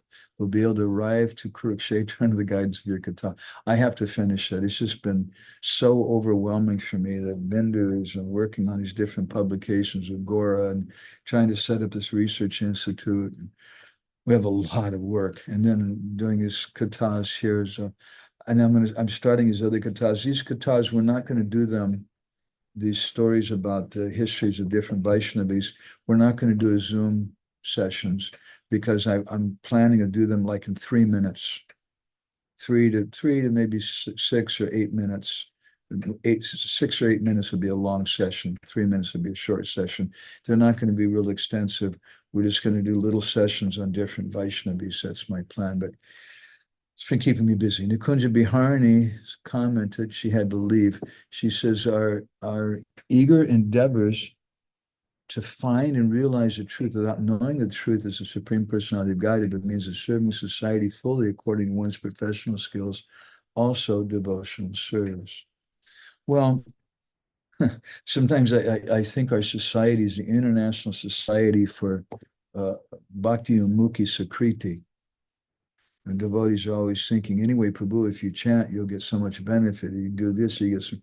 But as we're hearing from Bhaktivinoda Thakur, Samut Kanta, we have to have this very, very one-pointed desire, just like a baby bird that doesn't have wings that wants to see the mother, or a baby calf wants to run and drink the milk from the udders of its mother, or the wife wants to see her husband. The same way, we have to have a desire to see the Lord.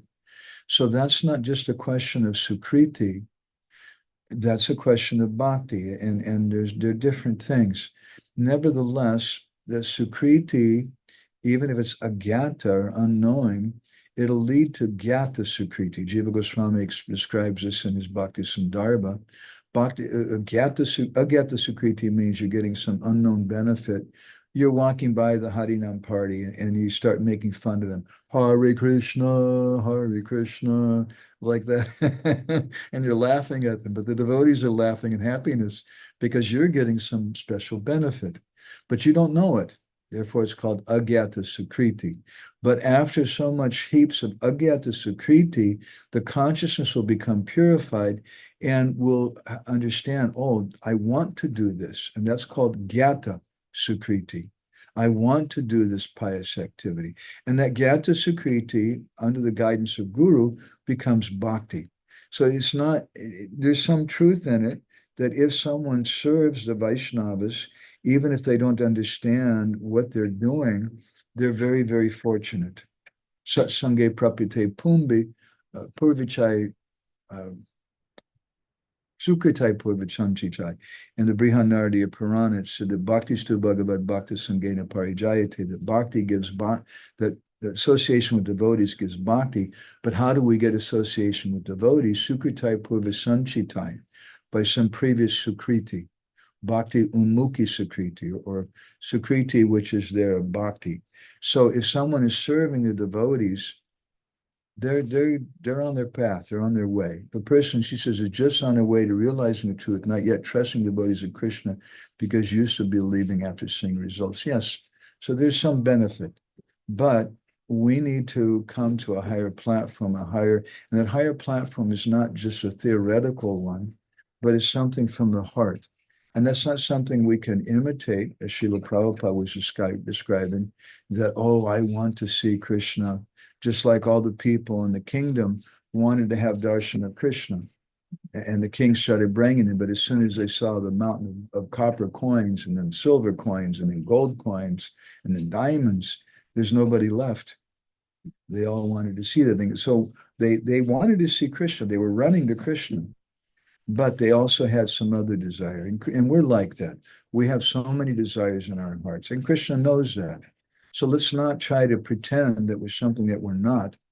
Let's be honest and understand our position.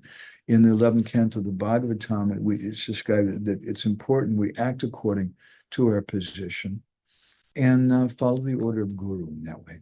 So I'm stopping there. If anybody has any comments, questions, reflections, protests, maybe you're angry about something that I said, this is your chance.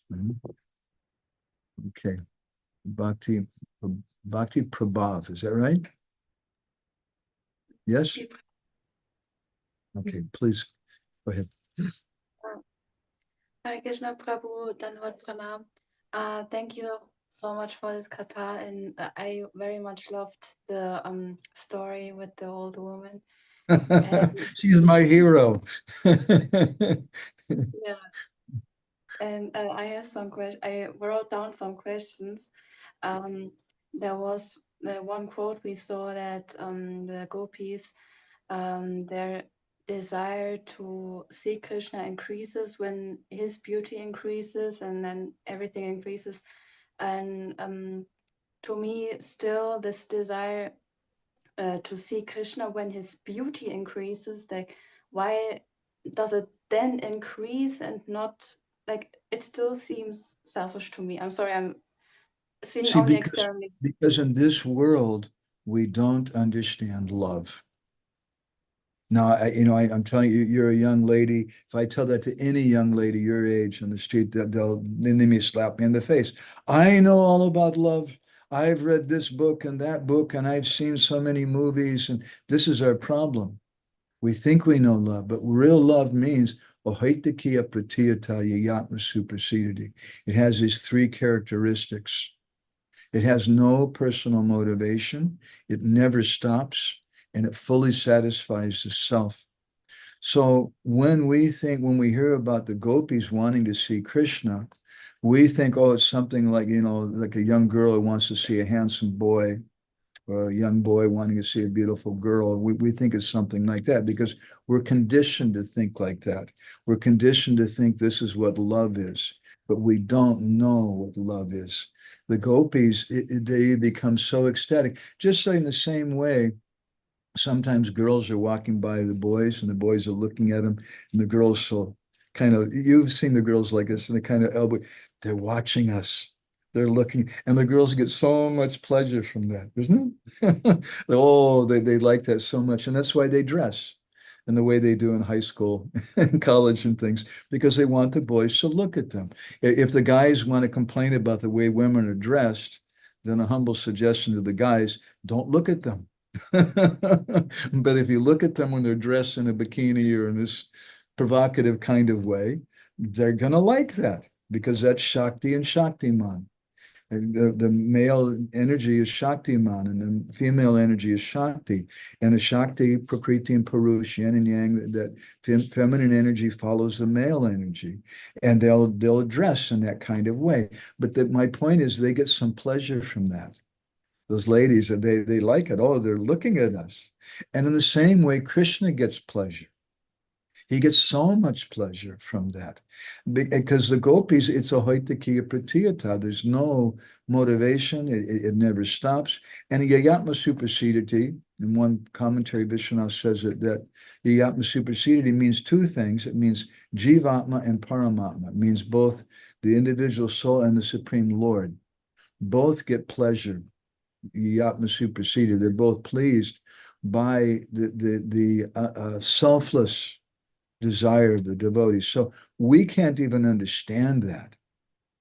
Just like Bhaktivinoda says, a conditioned soul cannot understand the origin of the jiva, because in the material world, we're conditioned to thinking of time. Everything has a beginning, a middle, and an end. Everything, right?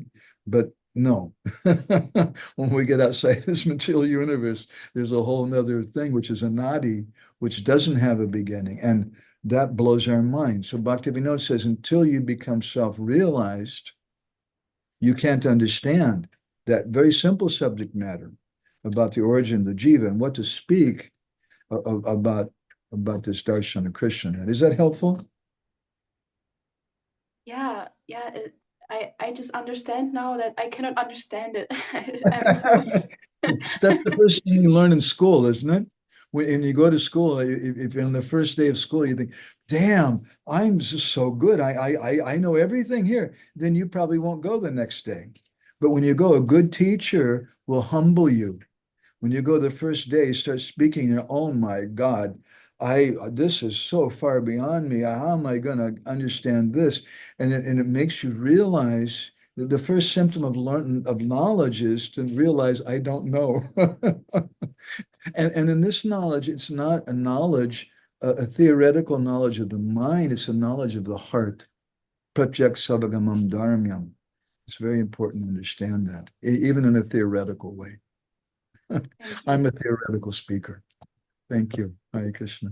Thank you. Anybody else have any comments, corrections, or reflections or anything? Kalindi, would you can we see you? You want to say something? Are you still here? Yeah, there she is. Yes, I'm here. Hare Krishna. I just would like to ask that you mentioned that in our Krishna consciousness, we should be enthusiastic, very confident, and very patient. And I was thinking about this confidence. What does that mean? How would you describe? You should be very confident at the same time. Bhaktivinoda Thakur explains that Gopti Varanam Tata, that we should be confident that Krishna will always maintain me, that Krishna is my well-wisher, Krishna loves me and he knows what's the best for me. That's a very, very important kind of confidence. If we don't have that kind of confidence, then we can't have patience. We can't wait. It won't be possible for us. We think, oh, Krishna's not real. This society doesn't work. The mantra doesn't work. My Gurudev's not good. The book is not good. The process is not good. We'll think something like that. Mm-hmm. Mm-hmm. Thank you. Thank you. Hare Krishna. And so, to answer more of your question, I'm reading what you wrote here. You mentioned we should be confident in our bhakti. How can you describe this confidence? we should understand, as Vishwanath explains in his beautiful commentary in the 4th canto, verse Bhaktim Mahu Pravahatam Twahime Prasango. I was speaking on this verse in one of our sessions not so long ago about how I want to always associate with devotees, and in that association, I'm going to drink the nectar of Krishna Katha, and I'll become intoxicated. And in his commentary, Vishwanath says a very amazing thing. He says that that drunk, intoxicated person who's intoxicated on hearing Hari Katha from sadhus, he's telling Maya, bring it on. I challenge you. I'm not afraid. Bring it on. Now, I don't recommend devotees do that. But they become so intoxicated, they're not afraid. And they have confidence. They have confidence in what they're doing because what they're doing is connected to what they've heard from the sadhu guru.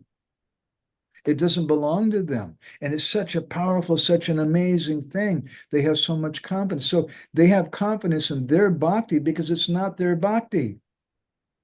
It's not their process. They have confidence because they're surrendered. Is that helpful, Kalindi? Yes, very Beautiful. helpful. Thank you. Hare Krishna. Anybody else with anything? Otherwise, we'll go ahead and stop. There's Gauni Tai Prabhu. Hare Krishna. Everybody can show yourselves. I like to see everybody too. And we've gone down. We've lost a couple members here. Anybody else want to share anything? Otherwise, I'll go ahead and stop for the day. Orsi's got her hand up. And then maybe Lila Purushottam Prabhu. Orsi, go ahead. Yes, Hare Krishna, thank you. And just a brief reflection regarding the small bird. Just these days, when I was sitting on the veranda, exactly the same happened. And I was contemplating this, that a blackbird and his small baby bird was there. And the blackbird just jumped, and the small brown bird just strictly follow his footsteps and close to behind his father or mother, I don't know, but with his noise, just how to say, invited his father or mother to give some nourishment or food. Yes. And I was thinking, oh, I should be like eager like that little bird and do not care with anything else, just closely jump there right behind Gurudev, and everything will be okay. This is what my grandmas used to say too, that we should be so greedy, so eager to hear Krishna Katha. It's such an important thing in such a sangha. Bhaktim Nuhu Pravahatam Tvayame Prasanga. And this is the prayer of Dhruva Maharaj, that Bhaktim Nuhu Pravahatam Tvayame. I may always have the prasanga.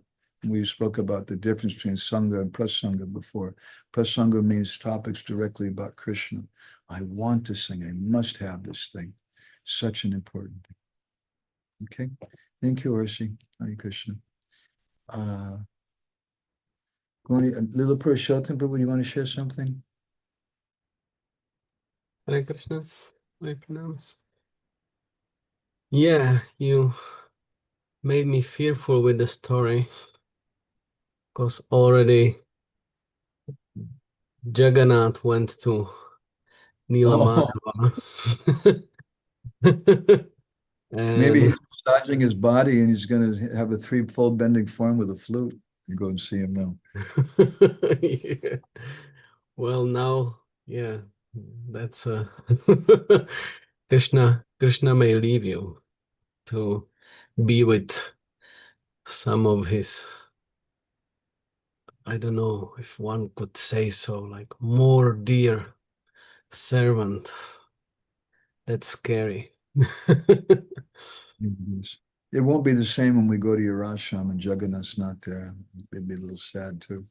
But you know, I'll tell you a quick personal story for myself that my Guru Maharaj gave me my Giriraj. He told me I should worship him in 1993. Then a year later, in 94, I was traveling with him as his personal servant. I was sleeping about 3 hours a night on an average, once or twice with no sleep at all. And so I gave Giriraj to one of my godbrothers to worship. And honestly, I didn't even think about him. The whole time I was with Guru Maharaj, I was quite engaged. And we came back after that month, and the devotee said, "Oh, you should give me your Giriraj." And I thought, "Oh, it's my Giriraj Guru Maharaj gave me." But then I thought, "Oh, maybe he wants to go there. And if he wants to go there, then I just want to please him." And so I went to Guru Maharaj and said, "Guru Maharaj, this devotee, Janeshwar, is coming to me and saying his thing. Should I let him have Guru?" Guru Maharaj said, "No, he is your deity. you don't let him go." So Guru Maharaj told me like that. Until Krishna expresses himself, which was expressed perfectly by the mouth of Srila Guru Govinda Maharaj in this case. It was Krishna's voice for your dilemma, definitely. But then he can, like this story with Madan Gopal later as Madan Mohan was quite happy with that family there, playing with the kids. Anyway, so that was one thing, and then the whole kata actually I was contemplating. I was a little bit fighting with your direction of the kata. I'm sorry. Such a I was naughty sensing rascal. What? I was sensing some desires like that. Oh, Krishna, I'm sorry. I'm sorry. No, because I will try to express what's on my heart in that regard. I have heard so many times discussing with devotees this, with my humble understanding, wrong conception of Vipralamba Seva. And for me, verses like this are the saviors of the proper conception. It's not that we should give up on our desire to see the Lord, to have the personal association, personal service of the Lord. It's not what is meant when we are said that our line and our mood is of service in separation. It's not to invoke in us the understanding that, oh, we don't have to desire Krishna's association. And I've heard it so many times, like interpreted like this. Or even interpreted like that to desire Krishna's association would be almost immediately interpreted as some sahajiya inclination or something like that. But that's not our like right conception of what does Vipralamba really mean. Like we are told and taught by our acharyas in such words as we read today, that we have to desire personal association. One verse that came to my mind was description of Bhava Bhakti by Rupa Goswami, this Ruchi Bhis Chitama Shrinya. And Jiva Goswami explains that this Ruchi Bhis means desire to attain Lord's service, Lord's association. That's what melts our heart. This desire to attain it, melts our heart. So these were my thoughts. I'm very sorry for being of such a No, naughty that's why I tried to go in the direction and have this wonderful story at the end also to give some hope for us. But I think that what happens a lot of times when I'm speaking about us, so I'm going to speak myself, when we have a mechanical understanding, mechanical attitude toward things, then we think everybody else should also. And we discourage them. And Bhaktivinoda Thakur, he says that this is just like Dhenukasura. When Dhenukasura sees someone climbing the tree and getting the fruit, then he just makes a big noise. You can't do that. Nobody can climb the tree. Nobody can get the fruit. Only I can do that. That's there. On the other hand, there is also a genuine concern that people imitate something in a sentimental way. And I've seen that quite a bit too, as we read from Srila Prabhupada. People think that they're so advanced now and they're this thing and that. So what is the guiding light in between the two? In that conversation, this one sentence that Prabhupada said to me, I find very striking. The devotee said, yes, Prabhupada, I've heard many life members saying things like that. And Prabhupada replied, so simply hear them. That's all. Prabhupada didn't say chastise them. And this is a problem in our society. Once one devotee went to my Guru Maharaj, and this devotee had a background of taking LSD and different drugs and things. He was a big hippie before he came.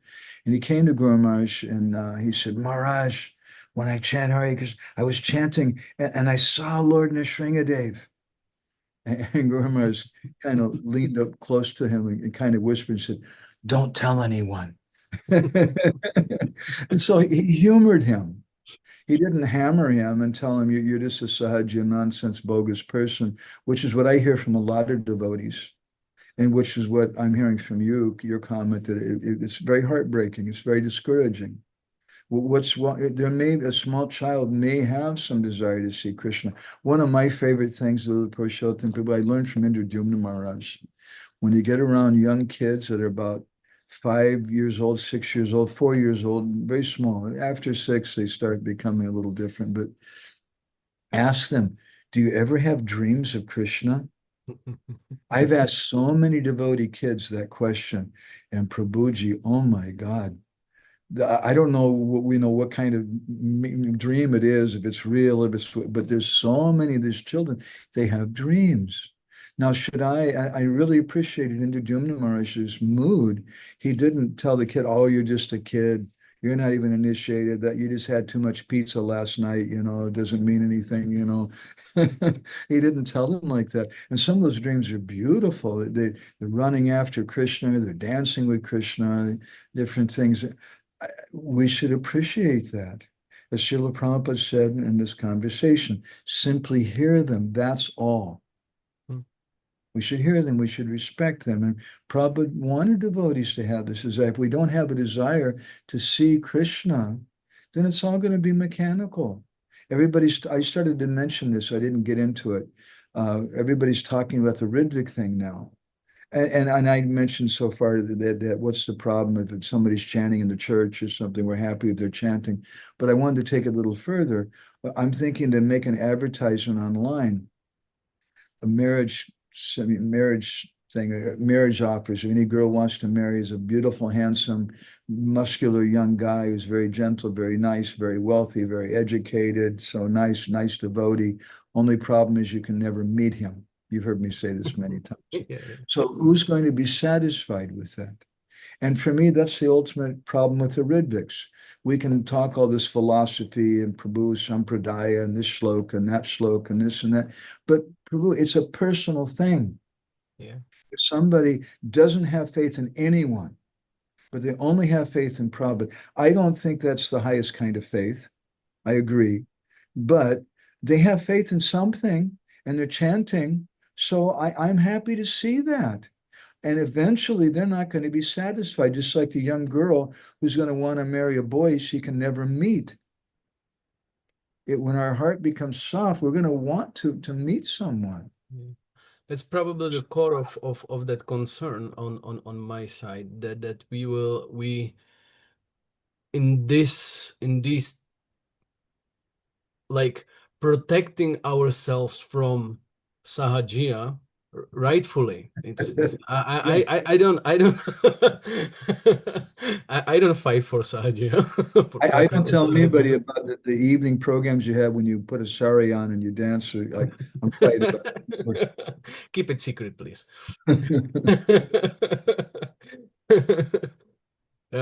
But exactly as you express it now, we just impersonalize our bhakti practice. We just put Krishna away from it, and then what remains is just, anartha nivriti, anartha nivriti, anartha nivriti. And we all know that we have anarthas and that we have to deal with them, but where's Krishna? If you just take Krishna away, where's the purification element? It's if you take away Krishna, then what is to purify your heart finally? You may endeavor endlessly, and nothing will be effective enough. Sometimes we think that Krishna consciousness is just an institution and a formal mechanical process, but we don't understand it. It's something, the most personal thing in the whole universe, the most personal thing. It's the sweetest thing, and it's magic. One of the things that always struck me reading Jamuna's diary, speaking again about ladies, and I want to speak of some things about Jamuna later on, was they used to call it the Krishna magic. I love that phrase. Where's the magic today? The magic is gone and everything is just institutionalized and management. And someone today wrote me a question, and let me see, find it real quick. It was such a shocking question to me. I couldn't believe it. Here it is. He said that what are the means in our Vaishnava culture through which one can indicate his displeasure with some other person without committing a aparad? And it's like, what do I do in the institution? What let the institution tell me how to behave and how to think. And I replied to him that we're taught to be persons, respectful persons. And so you should have a personal relationship. If you have a doubt, go and talk to them privately. And if they can't hear from you, and it's really a problem, go to some other senior person. If the other senior persons won't listen to you, then chant Hare Krishna. What can you do, right? We spoke about this so many times. It's really a very painful thing. And to me, the Brahmastra weapon is Krishna book. Nobody can argue with Krishna book. The fact that Prabhupada wanted us to read it every day with the devotees and discuss it is such an important thing. I have a funny story with Krishna book. I will share it. It's a good one.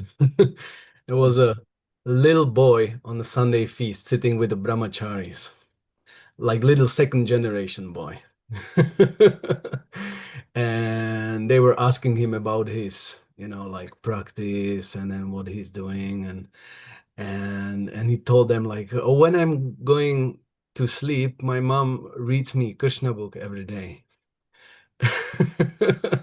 And then one of the brahmacharis asked him, and do you dream about Krishna? Because that's what Prabhupada said, like 15 minutes of Krishna book before you go to bed, and you'll be dreaming about Krishna. And the boy, who was really innocent, 5, 6 years old boy, and he said like, no, I don't dream about Krishna. And the brahmachari was teasing him like, how come?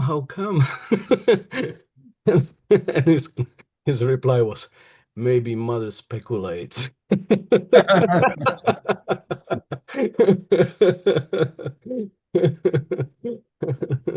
Okay, Jay, that was just on the side. Thank you. I could express my. Yeah, there's so many multi-faceted, multi-sides to the jewel of Krishna Bhakti. I just feel really uncomfortable sometimes just talking rasa and leela and things. Yeah. I like to have a program in your house or something with a few devotees, like we did with some candles, and you remember that? And Yes, it's nice, and that's appropriate. Anyway, Bonnie, you want to share something with us? Nice to see you. Hare Krishna, Dandavat Pranams. When I was sometime during my some years into being with the devotees, I started getting thousands of requests from devotees on Facebook, literally. Out of nowhere, there was 2,000 requests from devotees, most of them in India, that I didn't know, or I thought I didn't know. But I used to work on the desk at the temple, and I wasn't sure if I knew these people or not. And I was afraid, I didn't want to offend them. So I started accepting. At the time, I maybe only had like 1,000 friends on Facebook. And I started accepting these requests, but more and more and more kept coming. And none of them were offensive at the time. And some of them also seemed to be Tarun Krishna's friends that I hadn't even met, but maybe they knew who I was. And I wasn't sure who was who. So I just kept accepting and accepting. I received invitations to groups, and you got all these great posts of the old devotees and the beautiful pictures. And I saw a group, it said, only Prabhupada. And I said, oh, what's this? Whoops. Bonnie, we lost you. Her connection was getting bad, and then disappeared. All right, so she's maybe going to come back. I seriously hope so. She wrote something here. Krishna Katha is so attractive that I pulled over, I guess, by polluted water to listen. She thinks it's a nuclear power plant. Oh, Hare Krishna. Okay. Krishna Kun has commented. I'll go back to Krishna Kun. Gorni Taiprabhu says, how do you get the genuine feeling that Krishna is your Krishna by deity worship, by revelation? Well, in the story that we were hearing from, first of all, the principle is that Gurudev had given them their deity. So Gurudev gives us the deity either directly, as in this particular story, or he gives us a service of the deity, or he gives us a conception of the deity. And that conception, Shushu Shoshadana Vasudeva Kata Uchi Shamahat Sevya Viprapunya Tirthana Sevanat, that conception rises in our heart by rendering service. And that's why Srila Prabhupada said that Krishna-darshan begins with guru-seva. And we will realize who is our Ishtadev through that guru-seva. That's practical. It's a very practical and very beautiful thing that Krishna's given us. And that realization will lead us to deeper levels of smarana. Orsi's commented further, these dreams or experiences are actually important in building our confidence in Krishna and our relationship with them, and thus to be able to go ahead on our road. That's a fact, but we're also warned. Two warnings come to my mind. Leela Purushottam, I'm sorry, I have all the warnings. We're tired of warnings sometimes. Bonnie, you're back. Good. Let me finish my comment here. Two warnings are, one is that we understand from Shastra that we should not reveal those dreams to here and there to everyone. And secondly, that we generally, they don't take them so seriously. Even it's said, if you get a mantra in a dream, then you should go to and you've heard the mantra, you know the whole mantra, you should go to a Brahmin and have him give you the same mantra. So we don't put so much stress just on dreams, because sometimes it can just be our speculation. It can be so many things. It's no doubt good fortune, and it gives us some inspiration, as you said. Bonnie, we miss you. You started getting really hard to hear. I was really trying to hear, but maybe you're too close to a nuclear reactor or something like that. I don't want to scare you, but it looks like your head's starting to turn green. Okay. I might like it better that way, though. Something different. Go ahead. It's kind of hard to hear you, so try to be clear. Oh, I'm sorry. So what I was saying was, I didn't know that this was the Ritvik group. When I saw the only Prabhupada group, it was going to be nice posts about Prabhupada, you know? And right. And then all of a sudden, sometimes people were putting unpleasant messages on some of my posts that had, other gurus. Like if I connected to a video or a picture or something, and there would be some rude thing, and I was like, who are these people? What is this horrible thing happening on Facebook? And I didn't know, and then it's like out of nowhere, all of a sudden there are all these people, and when I figured it over time, I didn't know who, because some people seem like such nice devotees, like you were saying earlier. You don't have to totally exclude people, right? And some people seem nice, and I just still don't know who's. I've never been inside of a Ritwik temple. Some of these people may have been friends with Tarun. I don't want to hurt feelings. Everybody's Vaishnava. And so what I decided in my mind is, if somebody does something that I feel is offensive generically, but not to an individual person, then I try to make a nice conversation. But if they're actually targeting a specific individual and saying something very insulting, then I block them. Is that a good thing? You think that's reasonable? Yeah, one comment that I don't like this, the Ritviks or the Bhakti Vikas Maharaj disciples or the Shivaram Maharaj disciples or this, because nobody's really completely a Ritvik or completely an American or completely a Russian or completely this or that. And wherever I find a loving sangha of sweet devotees, I'm happy. I don't care if they're Ritvik. I really don't care. I don't care if they're a Mutt. I don't care if they're a Babaji. I don't care if they're Russian or American. If they're loving, sweet, sincere devotees, I'm in ecstasy. It's great.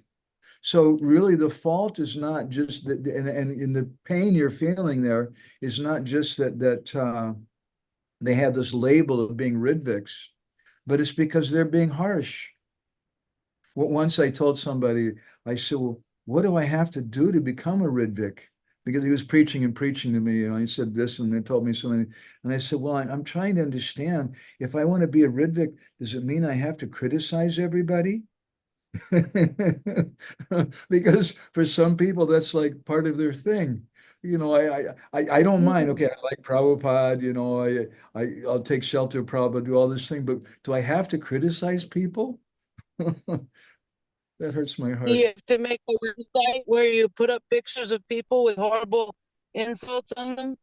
Oh, Bonnie, it's so painful. That's why, you know, my Guru Maharaj has a lot of respect. Even sometimes some people say something nasty about him.